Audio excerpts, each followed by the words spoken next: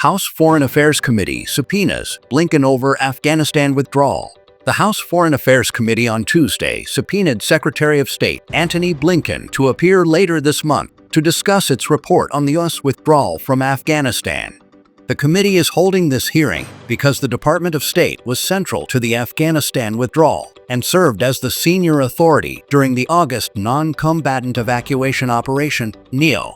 Republican Chairman McCaul wrote of the hearing set for September 19.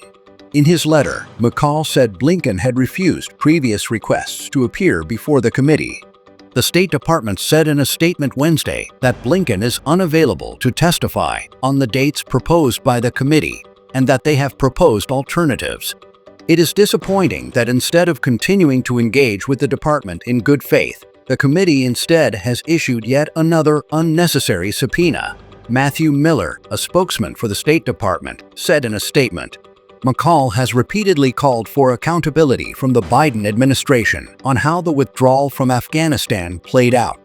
He has slammed the administration for the Abbey Gate bombing that killed 13 U.S. service members in the final chaotic days of the withdrawal. McCaul is set to release on September 9 his committee's report detailing the findings of its 3-year investigation into the withdrawal from Afghanistan.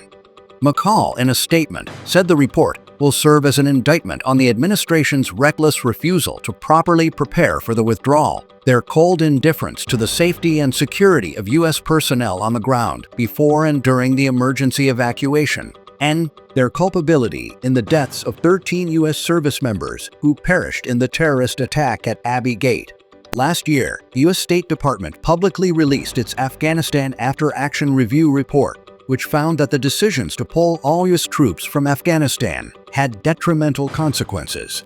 The decisions of both President Donald Trump and President Joe Biden to end the U.S. military mission in Afghanistan had serious consequences for the viability of the Afghan government and its security, the unclassified report said.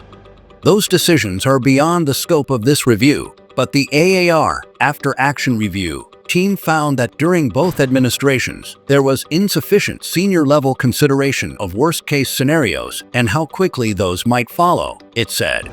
The committee has conducted more than a dozen interviews as part of the investigation into the 2021 evacuation.